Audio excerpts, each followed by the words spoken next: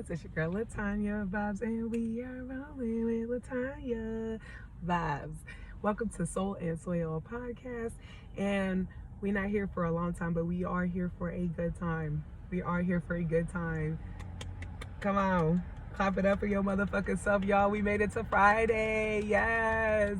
There's a guy that I follow on Instagram. I wish I could pull his name or recall his name right now, but Thrax Life. So if you ever need some motivation and you need somebody to cut your ass out a little bit to motivate you, Thrax Life is the person that you should follow.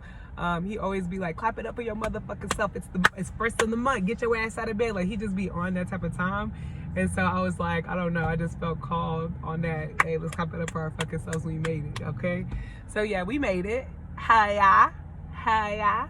And today's quick little message, because like I said, I don't want to be here too long, is there's two things in the world that money can genuinely not buy, and that's a sound mind and a pure spirit. And for the people who don't understand maybe the vocabulary I'm using, maybe it feels a little too out of worldly, maybe it feels a little too spiritual for you. When I refer to a sound mind, I refer to a regulated nervous system. When I refer to a pure spirit, I am referring to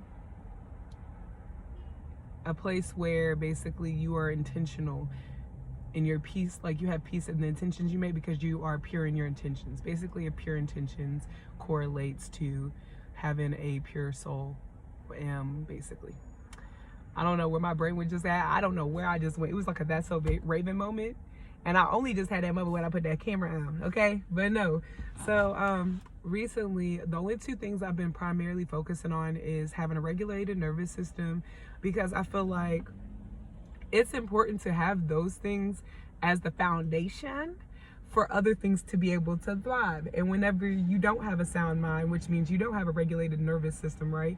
It's very much hard for you to rely on your spiritual gifts like discernment, right? Clairvoyance, clairaudience, whatever your gifts are, right? And I'm scaring, if I'm scaring y'all motherfuckers with those words.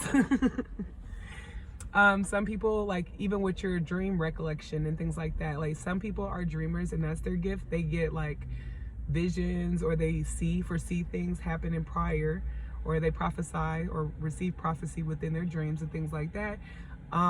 And a lot of us are not even that tapped into our gifts to where, if I'm talking about that, like being able to prophesy certain things in your dreams or seeing things happen before they happen, right? You might consider that to be deja vu when you start to notice that a lot of your dreams be actually like manifesting itself in your reality, right? So that's why I'm saying, like, getting into that, right?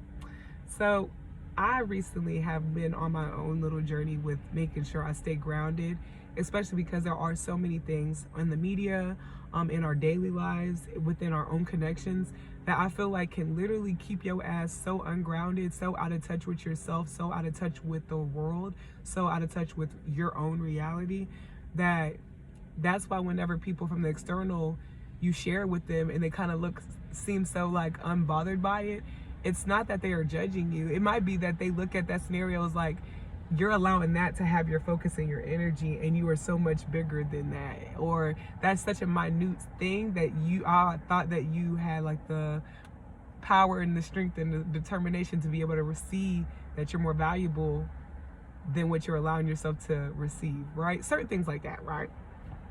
Well, I want to report back and say, babe, those are the two necessary things, and I promise you, there was not a dollar amount that provided me a regulated nervous system, right? And there was a time in my life where I did not have access to resources like mental health counseling, therapy, medication, medical cannabis, certain things I just didn't have access to. And I stayed longer in victim mindset, stayed longer out of tune with what was going on in reality, and I would feel like I missed out on things because I had all these barriers that I put a financial stamp on, meaning, whenever I grind to this point, then I'll be able to afford therapy, or I'll get this job and then I'll be able to do this. And until that point, I'm just going to continue to suffer. And that's the part that I'm addressing. There has to come a time where you realize that the things that you are trying to attain And I'm not just talking to y'all. These are things that I'm going through and actively learning to, and actively going through the like awareness of, yeah, this is shit. This shit might be a little bit true, right? There has to come time where you realize the things that you're asking for are things that are free. The things that you are wanting are literally free and are available to you at any time. It's just up to you to see that you are valuable enough to receive that.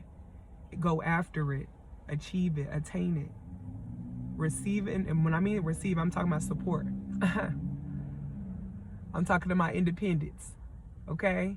INDEPENDENTED. You know what that means? Okay. For my independents, baby, it's time. It's time for you to realize that you are valuable enough and you deserve support regardless of what capacity you are operating at the moment. Meaning sometimes I feel like we don't feel like we deserve help because we are not in a certain place to receive help, or we didn't do enough to receive help, and that's not fucking true.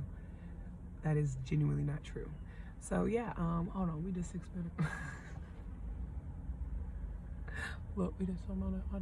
Are we done? Okay, so now let me get back into it real quickly. I need you guys to spend this weekend focusing on doing things that regulate your nervous system. For me, it's doing a Sudoku puzzle. That shit's free. That helps me ground myself.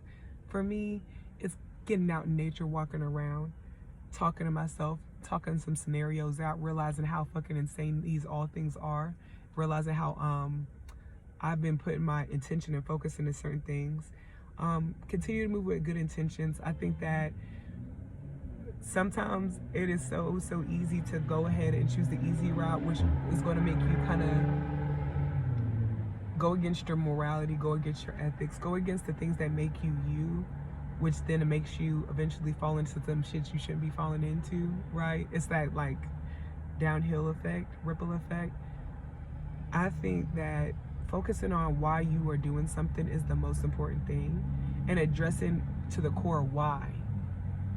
And an example of this would be, for a long time, I would say yes to people to make them happy, and I would not be honest with myself and say that the only reason why I'm saying yes is to make this person feel good, to make them feel good, not only just make them feel good, but make them feel good about me, right?